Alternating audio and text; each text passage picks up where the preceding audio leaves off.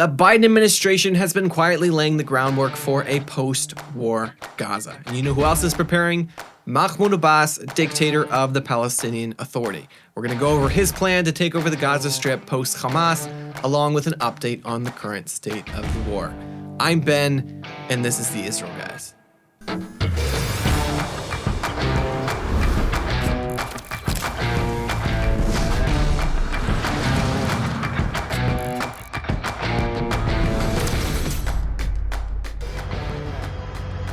That is a little Arab girl clinging to an Israeli soldier for support inside of Gaza after being liberated from Hamas. This is some of the good that the IDF is doing inside of Gaza. And also there was this other video this week of an older Palestinian couple being helped by Israeli border police, giving them water, helping them move. This is the face of the war that you do not see on Western media, but you will see here at the Israel Guys. Speaking of which, welcome back to the Israel Guys, where we believe that in a world of Jew hatred and anti-Israel propaganda, you should have a direct connection to the land and people of Israel. If you enjoy this content coming out 5 times a week, don't hesitate to subscribe to our YouTube channel. Click the little bell button next to it so you get notified whenever we release a new video. This week, in a not so public way, Biden's plans for post-war Gaza have been somewhat leaked through a New York Times article, I believe. President Joe Biden, or whoever is acting on behalf of President Joe Biden at the current moment, is laying the groundwork for a Palestinian state. No surprise there. The American government has been hell-bent on a Palestinian state for a very, very long time. It's almost a punchline at this point to say, oh, we believe in a Palestinian state. We believe in a Palestinian state. And everybody goes, haha, it's never going to happen. But it looks like they are serious about trying again. So this plan that was leaked or soft released this week looks like it would involve some kind of U.S. recognition of a demilitarized Palestinian state in the West Bank and also Gaza. So a combination of Gaza and the West Bank or Judea and Samaria, unifying them again under a Palestinian leadership. It would come into being once the Palestinians create a set of defined, credible institutions and security capabilities, whatever that means. Would have to ensure that the state could never threaten Israel. So that's one solid point there. Would involve the U.S. boosting ties with Saudi Arabia, and would also involve Israel normalizing ties with Saudi Arabia as well. This would have to involve Palestinian Authority leadership taking over Gaza, and they know that as of this point. They're the only credible. Or they're not credible, not even credible, but they're only somewhat viable leadership that could, even in theory, pull together Palestinian support enough to create this kind of a state. And Mahmoud Abbas, the dictator of the Palestinian Authority, he knows this, and so he's laying his own plans to take over Gaza post-Hamas, post the war. And he is a dictator. I like calling him a dictator. A lot of people like to call him, President Mahmoud Abbas. He was elected in 2005, was supposed to be a 4-year term. He has not left office since then, in this last 19 years. In my book, that makes him a dictator. And he peddles himself as being the moderate one, the not terrorist, the not Hamas. That's the way he speaks in English, but in Arabic, he avows his hatred for the state of Israel, has called for the destruction of the state of Israel. He denies the Holocaust. He pays salaries to terrorists in prison. He has not condemned the October 7th massacre. He has avowed his support for Hamas in the current war. This guy's a terrorist. He's a full-blown terrorist. He's just a little softer with his English speech. He's a little bit more, he's a little bit better at cozying up to international powers than, let's say, Hamas. And he's more corrupt, which is why he's hated by the Palestinian people, which we'll get to in just a second. This plan from the United States, from Biden or whoever's running Biden at the current moment, would involve input from Egypt, Qatar, Saudi Arabia. So some sort of union between the U.S., Egypt, Qatar, Saudi Arabia, and Israel. I mean, what could go wrong there? With all of those great minds in one room, what could go wrong? This is Probably not going to happen. I don't think it's going to happen. I don't think Israel's going to allow this to. Well, I'll back up. I think Israel will play along with this, but the tenets they set up for the Palestinian Authority to have to demonstrate that. Let's see, what did they say? Create a set of defined, credible institutions and security capabilities. I don't think that's going to happen. Also, there's only two established political entities that could pull Palestinians together, which is the Palestinian Authority, or Fatah, the military branch of the Palestinian Authority, and Hamas. And Hamas is currently being obliterated by Israel inside of Gaza and outside of Gaza. The Palestinian Authority has become enormously unpopular because Palestinians in large agree with the sentiments of Hamas in wanting to obliterate the state of Israel.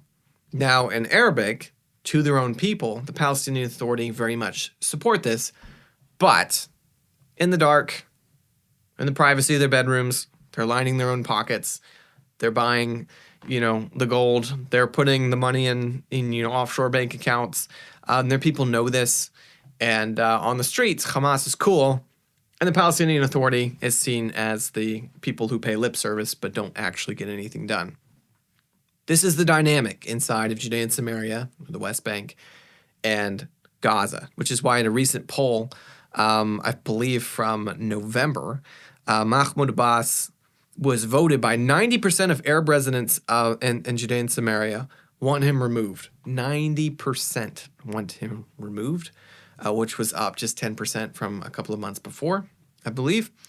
And about 44 said they support Hamas, which the number could be much higher, but they're afraid to say so because the Palestinian Authority has an enormous grip on people's lives in Judea and Samaria, and they could be hauled off in the middle of the night and tortured. About 60% support Hamas remaining in Gaza. So that means if elections were held today, Hamas would get voted in, Abbas would go, elections will not be held, and Hamas is about to be destroyed.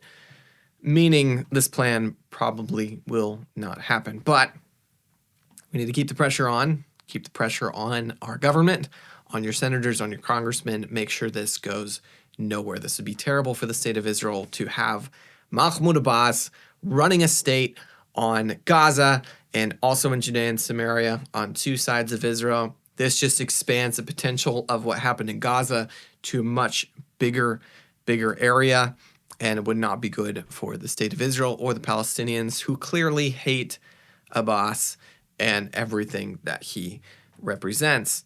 And you'd think that hatred, would be some level of possibility of like, oh, they hate the terrorist dictator that they have. Maybe they can overthrow him and we'll put in some sort of democracy, as we think we're so good at doing in the West. But no, they hate Hamas because he's not good enough in inflicting terror on Israel. He's not good enough at his attempts to destroy the state of Israel. They want Hamas. They want somebody who's actually good at murdering Israelis, actually good at slitting babies' throats in the middle of the night. That's what the majority of Palestinians want. Not every single one, but that's what the numbers say, and the numbers don't lie. In a minute, we're going to get into an update on the war and what's going on in Gaza and Syria and Lebanon. But first, since a horrific massacre on October 7th, 2023, thousands of families in Israel have been displaced, and 300,000 soldiers were called to reserve duty in Gaza and the Lebanon border. Israel is not fully prepared for this crisis, and now tens of thousands of people are lacking in food, supplies, and the basic necessities of life.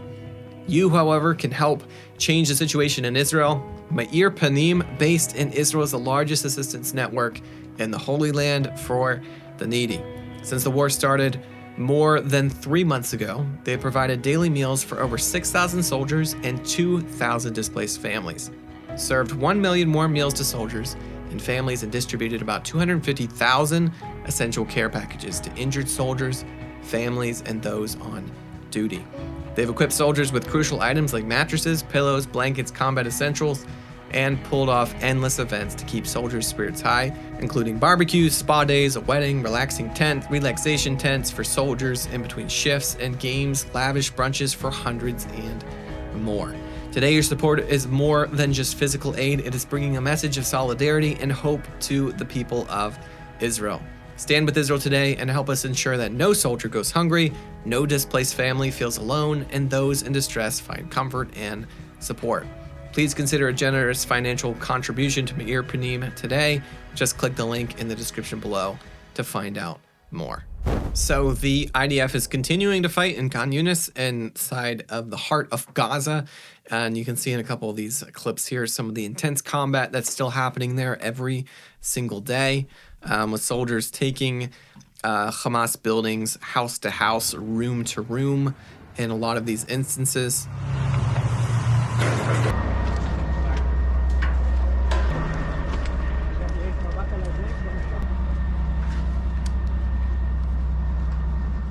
The IDF has finally opened up with some more information on their flooding of tunnels with seawater inside of Gaza.